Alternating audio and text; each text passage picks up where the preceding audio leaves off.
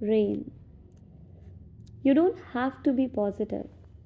You don't have to feel guilty about fear or sadness or anger.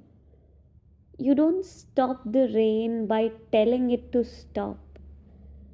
Sometimes you just have to let it pour, let it soak you to your skin.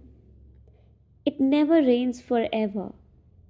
And know that however wet you get, you are not the rain.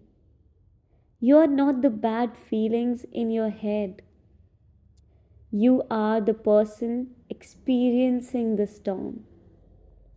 The storm may knock you off your feet, but you will stand again. You will stand again. Hold on.